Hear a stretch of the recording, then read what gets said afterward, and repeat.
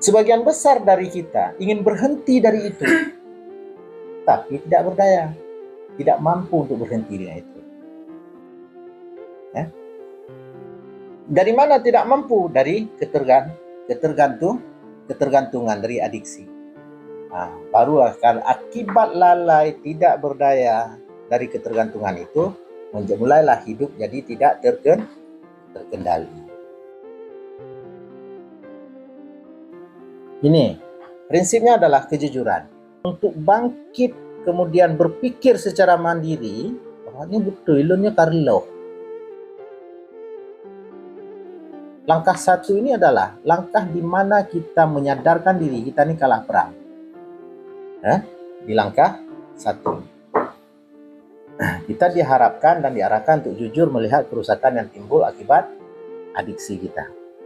Jadi jelaskan secara detail kerusakan-kerusakan yang timbul itu.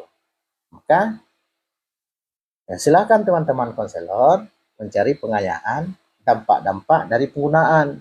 Bukan cuma dampak secara medis, tapi dampak secara sosial juga. Misal katakanlah, anak residen, inang mulai gugat cerai, na rumah yang kita mau kaca, tanah kita mau kaca. Betul nggak itu bahwa kerusakan yang muncul akibat ketergantungan kita?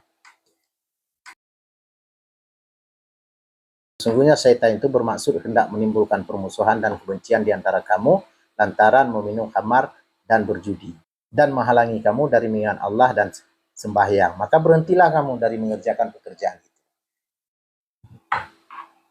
Ayat ini di langkah satu kemudian langkah satu yang pertama dilakukan adalah menjelaskan kepada diri kita sendiri dan kepada orang yang kita ajak untuk menjalankan langkah, bahwa sebenarnya musuh sejati kita itu adalah kita sedang tarung.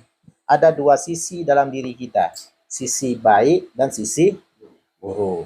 Ada lahir, ada batin. Selama masa adiksi terjadi, kita memberi makan sisi buruk dalam diri kita.